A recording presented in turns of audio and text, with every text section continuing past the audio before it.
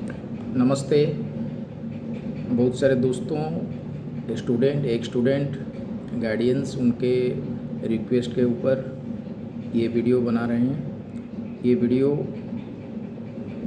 जो लोग matric, +2, graduation, final year ऐसे जो लोग हैं उनके लिए हैं, क्योंकि ये जो मैट्रिक हुआ या फिर +2 सेकेंड ईयर यानी 12वीं या तो स्नातक ग्रेजुएशन का फाइनल ईयर, ये सब लाइफ में एक एक जंक्शन पॉइंट होता है। जैसे रास्ते में हम जाते हैं तो एक एक जंक्शन पॉइंट को हम याद रखते हैं कि ये जंक्शन पॉइंट है, इससे इधर जाना है, उधर जाना है, बाएं जाना है।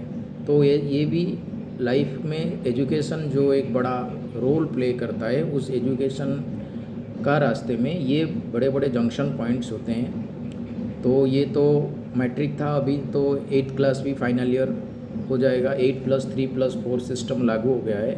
यानी जो भी जंक्शन पॉइंट में है वो सबके लिए ये जो वीडियो बना रहे हैं, ये 3-4 सीरीज़ में चलेगा। तो ये पहला सीरीज़ में हम अभी देखेंगे कि जंक्शन पॉइंट जो है उसको जंक्शन क्यों बोला जाता है। ये हमको मालूम पड़ गया कि ये जो है ये आपका बस एग्जाम्पल ले लो, सिप एग्जाम्पल ले लो, किसी का भी एग्जाम्पल ले लो, सब में जंक्शन पॉइंट रहता है। बाकी अभी ये देखेंगे भी कि जंक्शन पॉइंट में हमारा जो रोल है वो कैसा होना चाहिए ताकि हमारा जो आगे इधर उधर ना हो जाए। तो इससे ये जो बना रहा है ये जो वीडियो बना रहे हैं, इसका जो अगले सीरीज़ में डिटेल जाएंगे।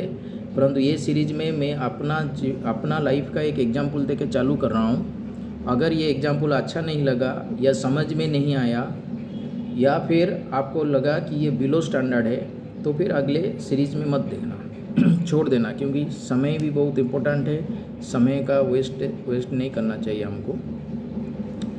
तो हमको अभी मालूम पड़ गया कि ये जो एग्ज़ाम है ये सब हमारा जंक्शन पॉइंट है। अभी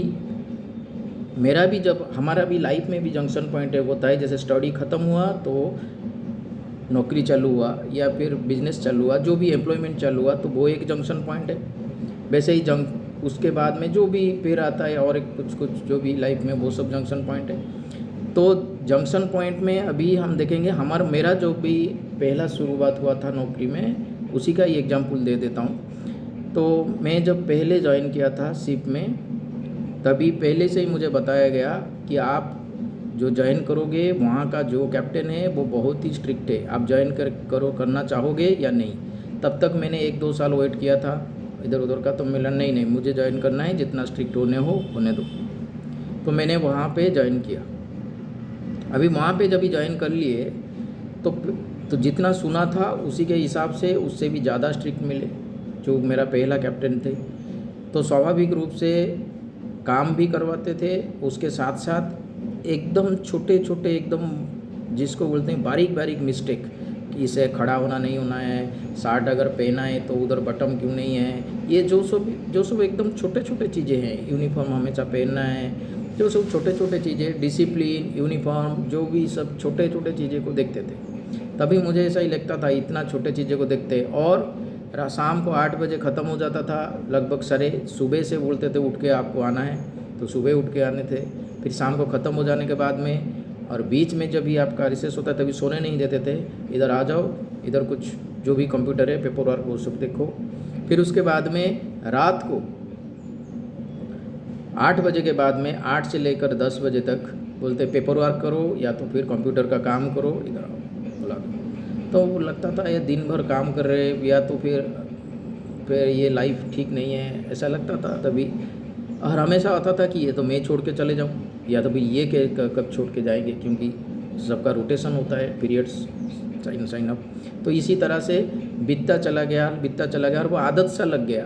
क्या आदत लग गया पंक्चुअलिटी का, रूटीन का, टारगेट में काम करने का, कुछ भी काम हो तो लिखने का, लिख के रखने, क्योंकि एक एक काम दे देंगे, वो बोलेंगे कि 7 दिन के बाद मैं पूछूंगा, ये सब काम करके करते रहो, फायर एक्सटिंग्विशर वगैरह देखते रहो, इधर उधर देखते रहो, जैसे ही काम 7 दिन के बाद देखूंगा, 8 दिन के बाद देखूंगा, 3 दिन के बाद देखूंगा, ऐसा करके कुछ कुछ काम सब देते थे। तो उसको लिखना पड़ेगा, टाइमली रिपोर्टिंग करना पड़ेगा। तो लिखना, टाइमली रिपोर्टिंग करना, पंक्चुअलिटी और स्मार्टनेस, पेपर वर्क जो भी है, ये सब का आदत बनते चला गया। और परफेक्टनेस, और आपका टारगेट को कैसे भी हमको ख़त्म करना है, तो ये सब की आदत बनने पड़ा।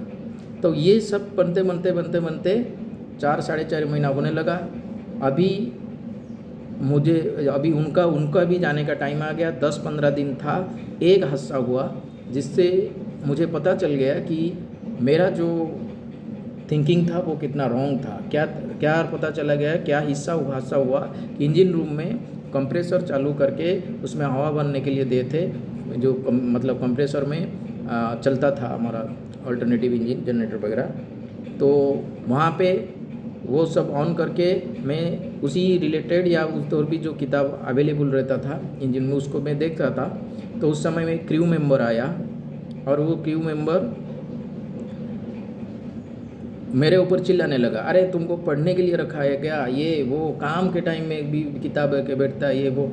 फिर वो तुरंत चला गया बाहर। मैं भी उसके पीछे पीछे पीछे पीछे चला। क्योंकि वो कुछ कंप्लेन करता है, क्या करता है देखता हूँ। मैं छुप छुप के जाता था उसके पीछे, किसको कंप्लेन करता है। तब तक 4.5 महीना हो गया, कैप्टन को जाने का भी टाइम हो रहा है। तो वो सेकंड इंजीनियर को रिपोर्ट किया कि वो ऐसा ऐसा कर रहा है, वो जाके कंप्रेसर चालू करके बस किताब में मस्त है। तो उन्होंने तभी तो उनको बता रहा था, अरे बाबा उसको छोड़ दो, कैप्टन साहब बोला है वो एक्चुअली सीखने के लिए जाते हैं, क्योंकि अभी वो इंजन साइड में जाता है कि डेक साइड में जाएगा, ये अभी तक ठीक नहीं है। क्योंकि उसका क्वालिफिकेशन है, कैप्टन साहब चाहते हैं कि सारे काम वो सीखे, इसके लिए उसको भेज रहे हैं। और वो चाहते हैं कि उसका पढ़ाई चालू रहे, बस वो मतलब सोता नहीं है, वो नहीं करता, वो सब देखना है। बाकी तुम इतना मतलब ये मत रहो, ठीक है, कैप्टन साहब का ऐसा ही इंस्ट्रक्शन है, उसको ज़्यादा सिखाओ। तो तभी मुझे पता चला कि मैं कितना गलत था, मेरा जो थिंकिंग कितना गलत था, कि मैं सोच रहा था कि काम करते रह जा रहे हैं, ये करते। तभी मुझे पता चला, और ये से चलते गया, और दिन आ गया। सिर्फ 2 दिन था पहले, 2 दिन का पहले मतलब उनका जाने का 2 दिन पहले, जस्ट बिफोर 2 डेज, वो मुझे कैबिन में बुलाए। तब तक तो हमेशा मिस्टर ट्रेनी अफसर, मिस्टर जना, मिस्टर MK ऐसे करके बुलाते थे। पर तभी बोला, अरे बेटा मुझे मालूम है आपको बहुत मतलब इधर लोड पड़ा, ये सब पड़े। तो तभी मैं अभी क्या बोलूँगा, अभी मुझे कुछ बोलना नहीं आता है, क्योंकि तब तक मुझे पता चल गया था कि ये एक्चुअली आदमी जैसा मैं सोचता था वैसा नहीं है। तब तक मेरा हिम्मत भी नहीं हुआ कि मैं बोल पाऊँ कि मैं जो सोचता था वो गलत था, ये वो कुछ नहीं बोल पाता था। तो फिर वो ही खुद बोलने लगे। मैं इसमें ये सब करने में 2 मेरा एम था कि एक, तुम इतना परफेक्ट हो जाओ कि मेरा जाने के बाद में कोई तुमको ऐसा डांट ना दे कि क्या ये सीखा नहीं, वो सीखा नहीं, या तुम्हारा उंगली कोई पकड़ नहीं सकता कोई, ये जो भी तुम्हारा लेवल का काम है। और दूसरा, तुम्हारा पास में अभी चॉइस भरपूर है, आप चाहे तो जहाँ भी आप टर्न मार सकते हो। जैसे फॉर एग्जांपल आप इलेक्ट्रिकल अफसर बनो, डेस्क अफसर बनो, इंजन अफसर बनना चाहते हो, जो भी बोलो, मैं उसी के हिसाब से करवा के चला जाऊँगा, या उसी के हिसाब में मैं आपको लेटर वगैरह सब दे के चला जाता हूँ। तभी मुझे पता चला कि एक्चुअली मैं कितना गलत था। तो ये जो एग्जाम्पल मैंने चालू किया, अगर इसमें से आपको कुछ समझ में आ रहा है तो फिर आगे की जो भी वीडियो है वो देखना, नहीं तो फिर मत देखना।